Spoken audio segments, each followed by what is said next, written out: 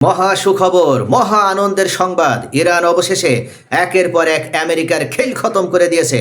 দানব রাক্ষসদের মাথা কেটে একেবারে টুকরো টুকরো করে দিচ্ছে। এই মুহূর্তে সব থেকে বড় সুসংবাদ হচ্ছে ইরানের আঘাতে অবশেষে F-16 F-18 পাঁচটি যুদ্ধ বিমান ধ্বংস হয়ে গেছে। ইরান অবশেষে প্রতিশোধ নেওয়ার ঘোষণা প্রদান করেছিল। গতকাল রাত থেকে আমেরিকা ইরানের গুরুত্বপূর্ণ বিভিন্ন স্থাপনাগুলো যখন ধ্বংস করে দিয়েছিল, তারা ভেবেছিল ইরান হয়তো শক্ত কোনো প্রতিরোধ গড়ে তুলতে পারবে না। কিন্তু আজকে দিনের আলো যখন বিকশিত হয়েছে, ঠিক তখনই ইরান তার পাল্টা প্রতিশোধ নেওয়া শুরু করে দিয়েছে এবং সব থেকে গুরুত্বপূর্ণ সফলতাও আজকে তারা লাভ করেছে। এই সব থেকে বড় শয়তান আমেরিকা তার যুদ্ধ বিমান, ড্রোন আর অত্যাধুনিক ক্ষেপণাস্ত্র নিয়ে যখন গতকাল রাত্রে নিরীহ ইরানি জনগণের উপর ঝাঁপিয়ে পড়েছিল, তখন ইরানের সাহসী সন্তানরা ভয় পায়নি, তারা পিছিয়ে যায়নি। তারা বলেছে, we are ready to sacrifice everything for our homeland and our dignity. এই লড়াই শুধু যুদ্ধ নয়, মনে রাখতে হবে এটা একটি হিরোইক রেজিস্ট্যান্সের বীরত্ব গাথা।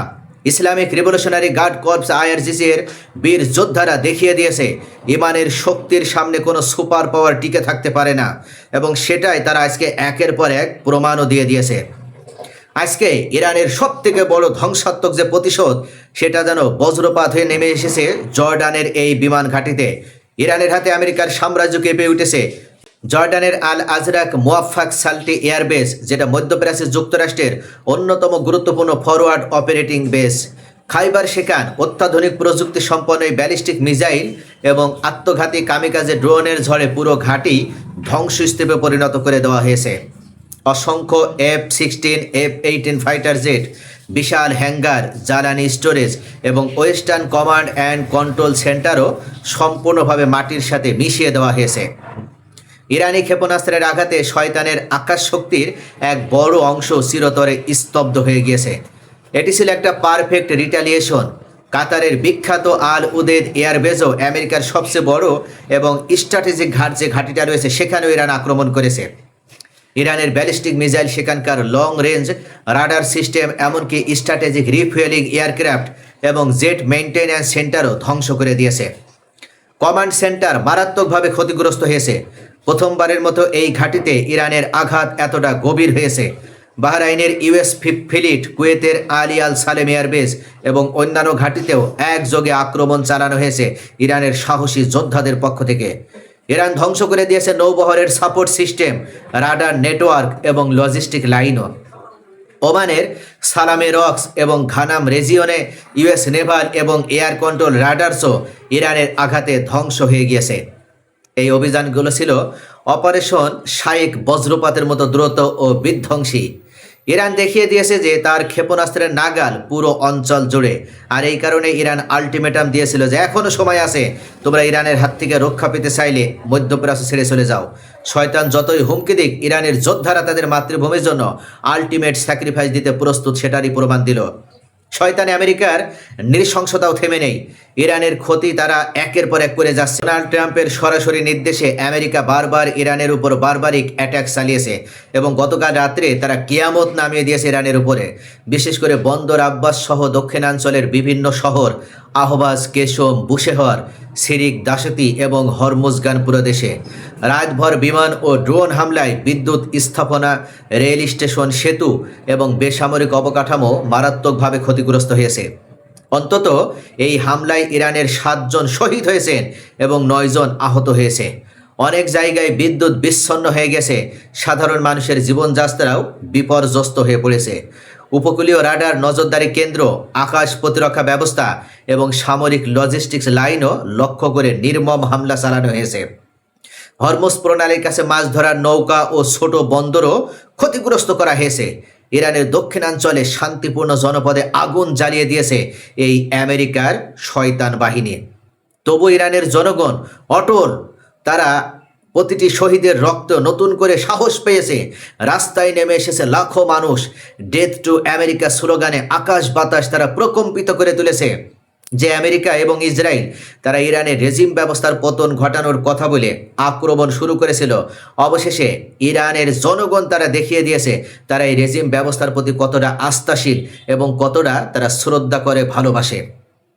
ইরানের কোটি কোটি জনগণ তারা রাস্তায় নেমে জানিয়ে দিয়েছে তারা এই রেজিম ব্যবস্থার জন্য, এই ইসলামিক শাসন ব্যবস্থার জন্য তারা নিজেদের জীবনও বিসর্জন দিতে পারে।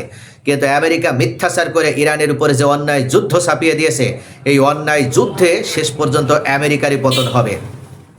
আরও আশ্চর্য হয়ে যেতে হয়, এই হামলার পরপরই ইরানের জনগণ তাদের জীবনের মায়া ত্যাগ করে তারা আবার নিজেদের বুক পেতে দিয়েছে আমেরিকার সামনে। তারা উল্লেখ করেছে যে তোমাদের যদি হত্যা করার প্রয়োজন হয় তাহলে আসো, আমাদের সিভিলিয়ানদের হত্যা করো, তোমরা আমাদের স্থাপনায় আঘাত করো না, কাপুরুষের মতন আমাদের অবকাঠামোগুলো ধ্বংস করো না। কিন্তু আমেরিকা মূলত শয়তান, ভণ্ড, প্রতারক একটা জাতি।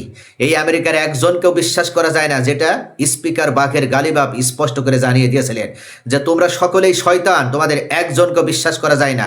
তোমরা মুখে বলো এক কথা, অন্তরে লালন করো অন্য কথা। তবে আমেরিকা কি এত দূর থেকে এসে কখনো ইরানে এমন দাদাগিরি দেখাতে পারতো? কখনো পারতো না। মূলত এই মুহূর্তে মধ্যপ্রাচ্যে থাকা ইরানেরই আপন ভাইয়ে যারা, অর্থাৎ আপন ভাইয়েরা মূলত তারাই বিশ্বাসঘাতকতা করছে এবং আমেরিকার স্থান দিয়েছে, আমেরিকাকে জায়গা দিয়েছে। আজকে আরও গুরুত্বপূর্ণ একটি নিউজ হচ্ছে, জর্ডান, ওমান, সংযুক্ত আরব আমিরাত, কুয়েত এবং বাহরাইন, এই ভণ্ড রাষ্ট্রগুলো, এই মুনাফেক রাষ্ট্রগুলো তারা আমেরিকার পাশ থেকে এখনও তাদের সমর্থন সরাতে চায় না। তাদের মূল উদ্দেশ্য হচ্ছে তারা মনে করে যে শেষ পর্যন্ত আমেরিকাই তাদের হচ্ছে নিরাপত্তার একমাত্র আশ্রয়। তারা ইরানের সাথে বন্ধুত্ব করতে চায় না, ইরানের প্রতি আস্থা স্থাপন করতে চায় না। তারা মনে করে আমেরিকা যদি শেষ হয়ে যায় তাহলে ইরান তাদেরকে টুকরো টুকরো করে ছিঁড়ে খাবে। কিন্তু আশ্চর্য বিষয়, ইরান কিন্তু কখনো আগ বাড়িয়ে কোনো রাষ্ট্রের সার্বভৌমত্বের বিষয়ে কখনো নাক গলায় না বা কখনো আঘাত প্রদান করে না। সেটা ইরান দীর্ঘ 5000 বছরে তাদের যে সাম্রাজ্যের ইতিহাস, সেই ইতিহাসের মাধ্যমে সেটা প্রমাণ করে দিয়েছে। কিন্তু আরবের এই ভণ্ড, প্রতারক, বেঈমান, এজিদের শাসন ব্যবস্থার অধীনে থাকা এই প্রতারক রাষ্ট্রগুলো তারা সেটা বুঝতে চায় না। সৌদির পররাষ্ট্রমন্ত্রী মোহাম্মদ বিন ফয়সাল ঘুরে উল্লেখ করেছেন যে আমেরিকা ইরানের আক্রমণ থেকে নিজেদেরই রক্ষা করতে পারে না, তারা সৌদির নিরাপত্তা প্রদান করবে কিভাবে? অর্থাৎ এই মুহূর্তে আমেরিকার যে সিকিউরিটি আমব্রেলার নিচে সৌদি আরব সহ মধ্যপ্রাচ্যের রাষ্ট্রগুলো রয়েছে, তারা নিজেরাই যেখানে ইরানের ছোড়া এই ক্ষেপণাস্ত্রগুলো প্রতিহত করতে পারে না, তাদের এয়ার ডিফেন্স সিস্টেম নাকি সব থেকে শক্তিশালী, অথচ দেখা যাচ্ছে ইরানের আঘাতে তাদের সেই এয়ার ডিফেন্স সিস্টেম একেবারে টুকরো টুকরো হয়ে যাচ্ছে, ছিন্ন ভিন্ন হয়ে যাচ্ছে। তারা নিজেরাই তাদের এয়ার ডিফেন্স সিস্টেম ব্যবহার করে নিজেদের বিমান রক্ষা করতে পারছে না, নিজেদের সেনাদের রক্ষা করতে পারছে না, বিমান ঘাঁটি রক্ষা করতে পারছে না। তাহলে কি করে তারা সৌদি আরবের মতন একটা বিশাল বৃহত্তর রাষ্ট্রের নিরাপত্তা প্রদান করবে? আর এই ভয়ে মূলত সৌদি আরব এবং ইরান তারা গোপনে একটা সমঝোতা করেছে। সৌদি আরবে এখন পর্যন্ত দেখবেন এই পরবর্তী যুদ্ধের আঁচ লাগতে দেয়নি ইরান, তারা একটা ড্রোন এবং ক্ষেপণাস্ত্র আঘাত করেনি। অথচ এই সৌদি আরবে সবথেকে বড় আমেরিকার বিমান ঘাঁটি রয়েছে, সেখান থেকে আমেরিকা যুদ্ধ পরিচালনা করছে। কিন্তু ইরান আমেরিকার এই ঘাঁটি লক্ষ্য করে বিশেষ করে সৌদির সীমানার ভিতরে কোনো আক্রমণ করেনি। একটাই কারণ, সৌদি আরব ইরানকে নিশ্চয়তা প্রদান করেছে এবং ইরানের সাথে একটা সমঝোতা চুক্তি স্বাক্ষর করেছে। তারা উল্লেখ করেছে যে সৌদি আরব কখনো তাদের ভূখণ্ড ব্যবহার করে ইরানে আক্রমণ করার সুযোগ দেবে না। আর ইরান যেন আমেরিকার প্রলোভনে পা দিয়ে যেন বিশেষ করে সৌদির কোনো অবকাঠামোতে তারা আঘাত না করে। ইরানও তার কথা রেখেছে, সৌদিও তার কথা রেখেছে।